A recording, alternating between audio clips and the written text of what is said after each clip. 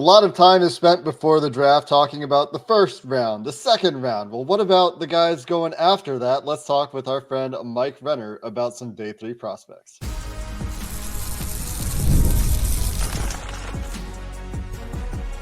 You are Locked On Bengals, your daily Cincinnati Bengals podcast.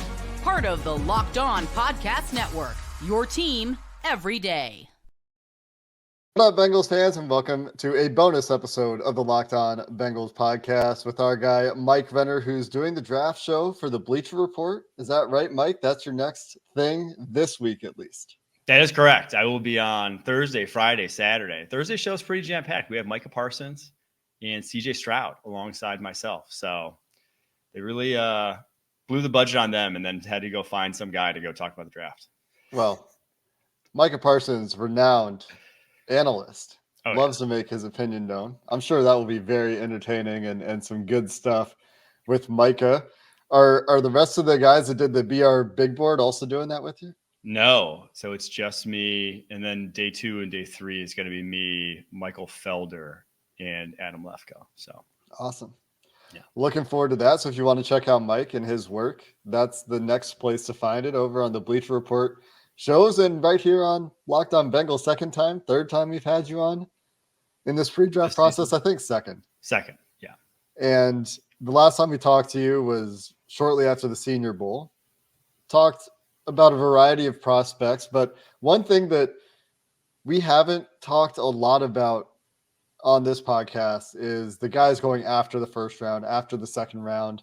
And so for a little bonus episode, a little extra piece of content for our followers here and our audience here before the draft, let's talk about some of those later round guys. And we'll go position by position a little bit here. When we talked to you after the Senior Bowl, I remember one guy you mentioned in particular was a corner, which was Chau Smith-Wade. We'll get to corner, but let's start with wide receiver. The Bengals took a top 30 visit with Josh Cephus from UTSA. Are there other guys, and also Cephus, that you think are guys that are undervalued on day 3? So Cephus definitely fits the sort of Tyler Boyd mold in terms of like, that's who you're looking to replace with. He's very much a slot only, bigger body, great hands, savvy dude, just not explosive. He's just not going to threaten anyone vertically. But I mean, he only dropped he was super heavily featured in the UTSA offense, only drops like 5 passes his entire collegiate career or something. Like, he was very sure-handed and has a little bit after the catch over the middle of the field. So I think a guy that, obviously no one that you're getting day 3 is probably going to immediately fill Tyler Boyd's shoes, but some guys that you're trying to just get reliability out of at that point in the draft. So I was kind of a fan of his tape, but this is it's a great receiver class.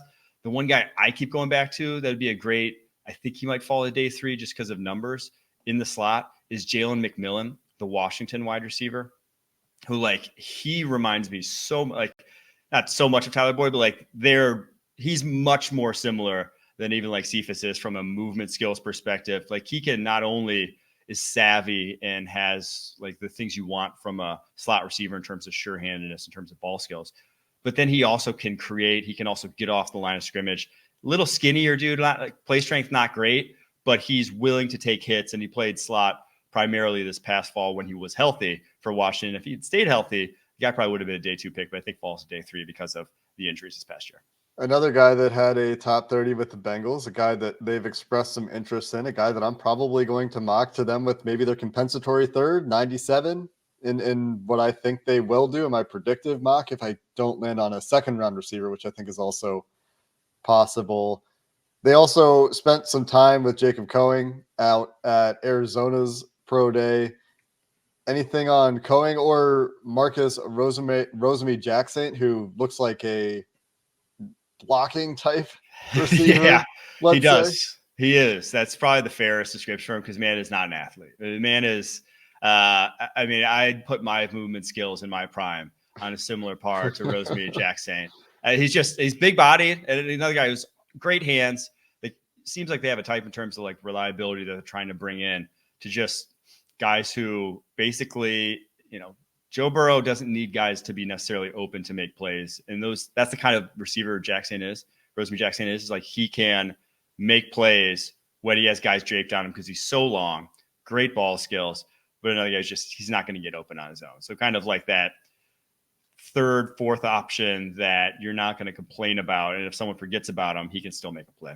The Bengals tend to go more athletic at wide receiver. So while I was looking for a guy who could block, maybe he just gets crossed off the list for that reason. He may be, and he really is not athletic. I don't remember his testing numbers offhand, but it was like somewhere in the 4.8 range. He ran the 40, so not 4.81 and RAS of 16.8 or 1.68. Whew. Yes, that tells you all you really need to know. But going opposite end of the spectrum in terms of slot receivers, amazing at getting open on his own. Truly like a high-end athlete. Just has vertical element to his game, can get himself open kind of at will, is similar in some ways to Tank Dell, that he has really great feet. But I think the biggest difference between him and Tank Dell and why I'm not going to bat for him as highly as I did Tank Dell. Like I had Tank Dell's top 50 player last year. Mm-hmm. I have towing the back end of my top 100 this year. Small frame. Tank Dell long arms for his size, Coing sub 70-inch frame, I think. And he had play strength, just like if a guy's on him, you're not going to see him make a lot of plays at the catch point. So definitely add some dynamism to your offense. If you want to throw him like screens, if you want to have a jet sweep guy, he can do that, but he's going to be limited by that size to the next level. Yeah, it looks like all the measurements are below the Bengals thresholds of 168, 5'8", less than 30-inch arms. He does hit the hand size threshold, so he's got that going for him at 9-inch hands, but which Troy Franklin and Xavier Worthy don't, interestingly enough. But they're going to have to make an exception somewhere. He was productive from a very young age, is perhaps one of the reasons they're interested there. They love guys who have had a long period of college production. Let's switch gears. Let's talk about some trench guys here coming up next.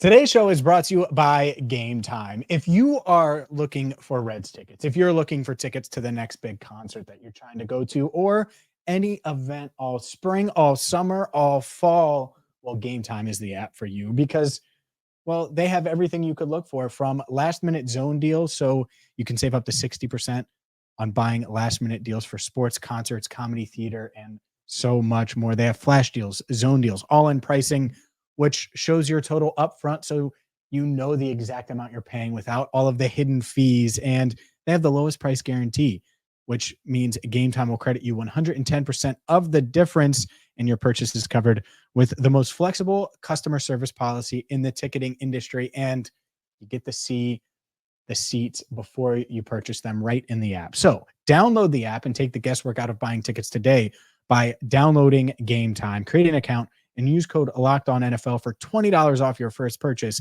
Terms apply. Again, create an account and redeem code LOCKEDONNFL, LOCKEDON NFL, for $20 off. Download the Game Time app today. Last minute tickets, lowest price, guaranteed.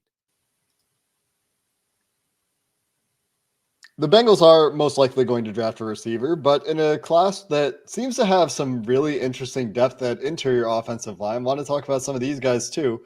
It's also a class where everybody's 23 or older, it seems, outside of two prospects or the top round prospects at each position. So all these guys, I think, are a little bit older, but I think we've talked to you about Jackson Powers Johnson after the Senior Bowl, so we're not going to go there. But guys like Zach Zinter, guys like Christian Haynes, who had a great Senior Bowl, Tanner Bortolini from your alma mater, if I'm not mistaken, in Wisconsin.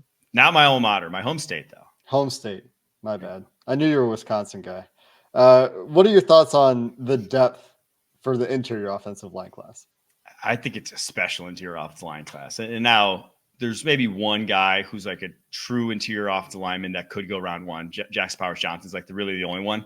But there's so many tackle to guard converts in this draft class that – or tackle to center converts, and guys like maybe even, Graham Barton from Duke, Troy Fautanu from Washington could make that transition. That there's a ton of talent, and there's a ton of talent that could get pushed on boards because of that. I'm trying to think of how many guys I have now in my interior offensive line class that are top 50. I had Cooper Beebe, the Kansas State guard, in my top 50, Zach Frazier, the West Virginia center, in my top 50, Christian Haynes, the UConn guard, in my top 50, Dominic Puny, Kansas guard, in my top 50. And like, that's a lot of top 50 guys. They're not going to go round one, those guys that I just mentioned.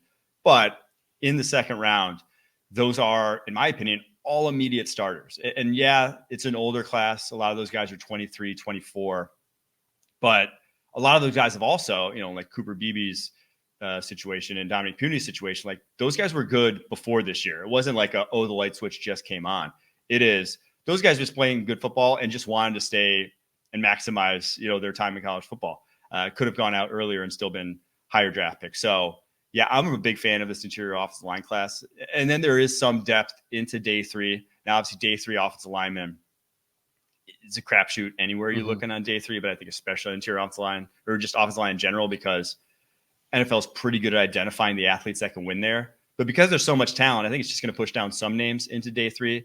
And I do really like Tanner Bortolini is one guy who I would love to develop. Maybe not necessarily for the Bengals, because he is really a zone scheme, undersized center. And there's a handful of those.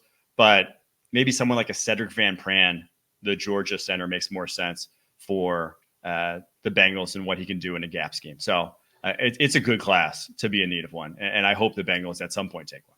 Meanwhile, we're all looking for the Bengals to try to get more athletic, find some athleticism. I know they've got huge guys on their offensive line for the most part right now, but maybe that's just a product of building your offensive line through free agency for the most part, where those are just the guys that have been the best players of their positions available. Let's talk a little bit about some offensive tackles as well. We talking about tackle to guard or guard to tackle, or who knows where he's going to play in the NFL. Brandon Coleman stands out as one of those. And I'm curious to get your thoughts on where Roger Rosengarten and Blake Fisher will get drafted before we talk about, Javon Foster and some of the early day 3 tackles, because I know what you think about trying to find offensive linemen on day 3. Yeah, Coleman, I was pretty underwhelmed by his tape this past fall, honestly. I mean, the guy's a high-end athlete. You said you wanted to get more athletic. He's a guy that can obviously do that for you, and while not giving up kind of the ethos of the Bengals and being like a power run team that they were this past fall. So I do think that he has both those things to his game, but just his hands are really bad. And I was just really unimpressed. His tape the year prior was better, but I think he's at minimum a guy that has to kick inside. And from there, I still do have some worries and think he could be a guy that falls to day 3 because of that. Who was the other interior offensive lineman that you asked me about? Javon Foster would be the other day 3 guy, and then Rosengarten and Fisher for some guys that are probably going day 2. So Foster, I really like. He was right at the back end, just outside my top 100, just because I do think he's kind of capped in terms of his impact at the next. Like, I don't think he's ever going to develop into a high-end starting tackle, but I think he can start. And at minimum, if you're the Bengals, he can be a swing backup, because if you're the Bengals offensive lineman, chances are you're going to get hurt at some point, and he's going to need one to fill in. That's everyone. That's everyone, though. That's everyone in the NFL. So he's one of my favorites. Just like draft him in the 4th round. He can fill in for you. It's not going to be a complete liability when he does. Maybe never going to be a quality starter for you, but a guy that at that point in time still will have value in what he brings to the table. I think he'll go, though, like 4th round. Whereas I think Rosengarten and Fisher, they're top 75 picks and probably closer to the 2nd round than the 3rd round, if I had to bet right now. Just it's movement skills, and especially with Fisher in that he's young, which is unique in this class, only a junior coming out. And his end of his junior year was by far and away his best tape. He actually got benched against Louisville midway through the season, like kind of 2/3 of the way through the season, benched the end of that game. He came back, and I think he allowed like 2 pressures the rest of the season, like 5 games. He was that lit a fire under him, and his effort and his down-to-down consistency was much, much improved. And I mean, this guy was a 5-star recruit. I think he was the number 1 O-line in that class, or number 2 O-line in that class. Just never quite had that, never quite developed the consistency after getting injured his freshman year that you'd like to see. But his tools are such that someone's going to take a chance on developing him. So I think he goes in that range. Rosengarten is one of my favorites. He's a top 40 guy for me. I think I had him at 36 in my final draft board. He's like Troy Fautanu, but just a little weaker, I'll say. Like, Fautanu's like solidly built, but moves exceptionally well and has incredible hands. Rosengarten moves so well. I mean, his testing numbers, the combine, that's what you see on the football field in his pass protection. But he's just not a physical dude. He needs to get a little stronger but only a 4th-year guy in a class full of 6 years and 5th years. He could still develop physically. And a blindside protector for left-handed Trevor Penix at Washington. Did you watch any University of British Columbia tape when those guys emerged, Giovanni Manu? Did not get to the UBC tape. It's just right across the ocean from me, So those guys were you there? Were you in person scouting them, grinding the tape there? I could have been if I had known about them before the pro day. Could have made the day trip. Let's shift gears. Let's talk defensive side of the ball, interior defensive line, some corners, maybe even a safety to finish up the show coming up next. This episode of Locked On Bengals is sponsored by Betterhelp. Betterhelp knows that we all need the opportunity sometimes to get something off our chest, whether it's big or small. Certain things can really start to get to you, whether it's being really sick, of all of the mock drafts out there on the internet, just waiting for the thing to get there, or something more serious in your life. Having the opportunity to talk to somebody who's unbiased can really help. And a lot of times it is more serious or more personally impactful than the Bengals draft plans. And that's why BetterHelp is there to make it easy for you to access someone unbiased who can provide that outside perspective. Therapy can be different for everyone. And with those problems, it's nice to have the opportunity to get things off your chest. If you're thinking of starting therapy, BetterHelp is flexible, it's easy, it's convenient, and you can give it a try right now, entirely online. Visit betterhelp.com/lockdown. You'll get 10% off your first month. That's BetterHelp, HELP.com/lockdown. This episode of Locked On Bengals is sponsored by FanDuel. It's playoff time in the NBA and NHL, and baseball is in full swing. FanDuel's got odds for the NFL draft right around the corner as well. And new customers right now can get $150 in bonus bets, guaranteed $150 in bonus bets, win or lose. So whether it's the NHL and slap shots, home runs, dunks in the playoffs, it's all on an app that's secure, safe, and easy to use. Right now, you can look ahead at the NFL draft odds for the Cincinnati Bengals. First player drafted, offensive lineman heavily favored at -160, defensive lineman and edge player next at +210. So what are you waiting for? Visit FanDuel.com/lockdown and make your first bet an automatic win with that $150 in bonus bets, guaranteed at FanDuel, America's #1 sportsbook. You look at Dane Brugler's The Beast big board, and some of these nose tackles that were getting drafted early on day 3 in a lot of mocks are like round 6, round 7 grades. There's nothing at nose tackle in this draft if you were to go by the Beast's estimation before late day 3, and that's kind of the way the NFL values nose tackle in general. But this is a position where the Bengals have spent a ton of work. They hosted Mason Smith, they brought in McKinley Jackson, Evan Anderson, T'Vondre Sweat before his DWI, even Justin Rogers from Auburn. If he's a nose tackle, you can imagine the Bengals had some contact with him, sending their defensive line coach to Northern Iowa's pro day. They had Jawan Biggs from Cincinnati in for the local pro day. I mean, these are a lot of nose tackle types. Who's your favorite among the day 3 defensive tackles, nose tackles? Well, yeah, I think you already mentioned him there. And when T'Vondre Sweat got this DWI, I was like, this is the best thing that could ever happen to the Bengals. Yeah, because but they're not going to pick him as a result. You don't think so? I think they were already kind of. Well, their MO for forever was that they didn't care about guys drafting guys like that. That's the pre-Zach Taylor era. Okay, because I mean he's top 50 player on my board. His tape is the best like pure nose tackle tape I've seen since Vita Vea. And in terms of just like NFL translatability, like Jordan Davis obviously had more tools to get drafted highly, but he wasn't the down-to-down impact run defender that T'Vondre Sweat was. So I think that's like, if you're a Bengals fan, still your dream. Obviously, DWI, your thoughts on that, and if you want the guy on your team, that's your own opinion. But, Dak Prescott had a pre-draft DWI, and it's something that you can obviously learn and grow from, and doesn't necessarily say who he's going to be as a pro, but it's him, and then it's a chasm is why I say that, because he is good. There are not any other DTs. The only nose tackle I have in my top 150 is Khristian Boyd from Northern Iowa. And I do worry about, is he really like an impact, like a guy who can hold the point in the running game, hold up to double teams. He was more of a guy who can win one-on-one, is skilled with his hands, has good natural coordination for a guy that size.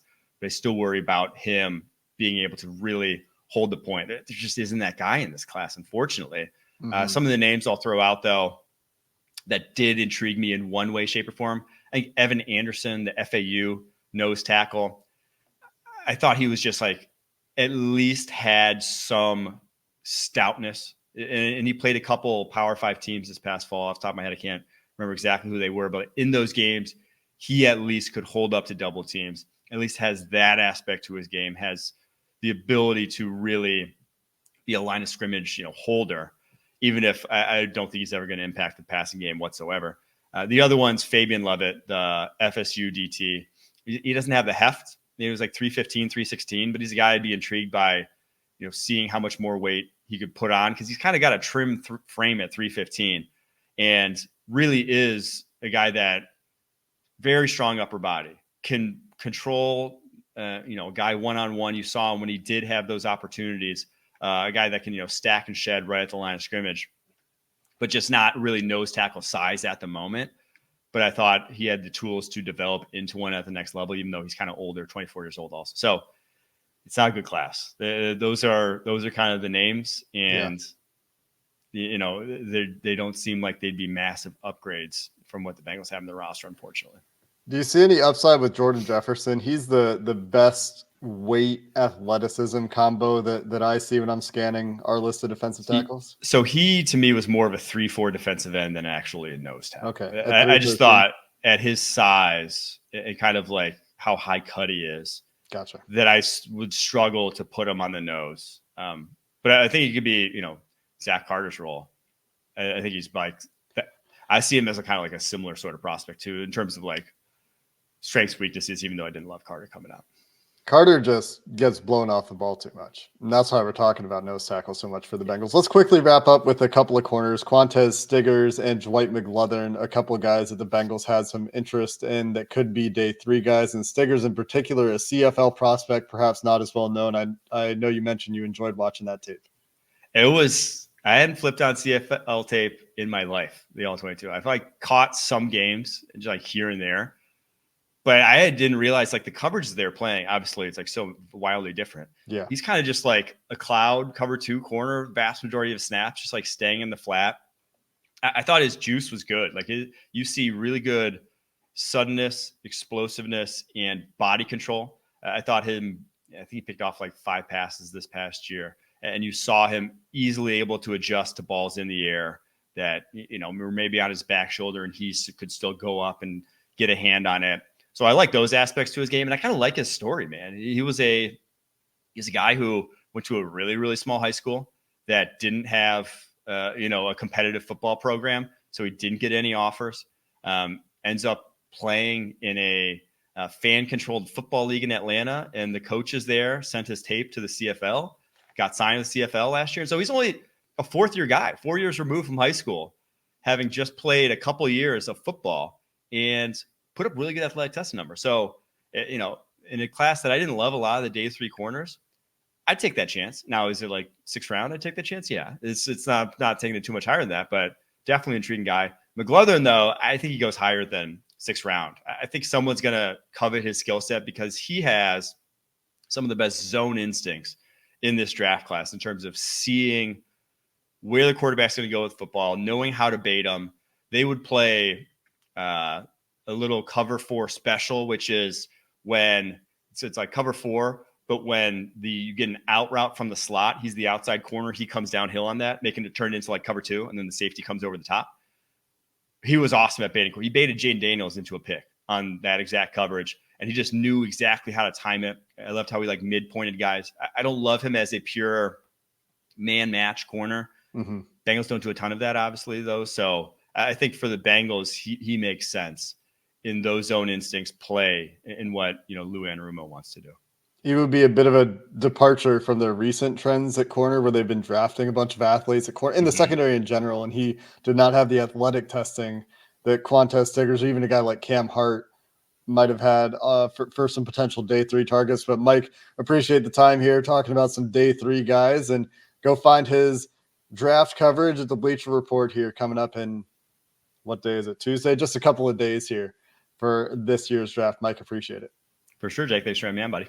That's going to do it for this bonus episode of the Locked On Bengals podcast. We've got more pre-draft coverage coming to you the rest of the week here on Locked On Bengals. So until then, thanks for listening.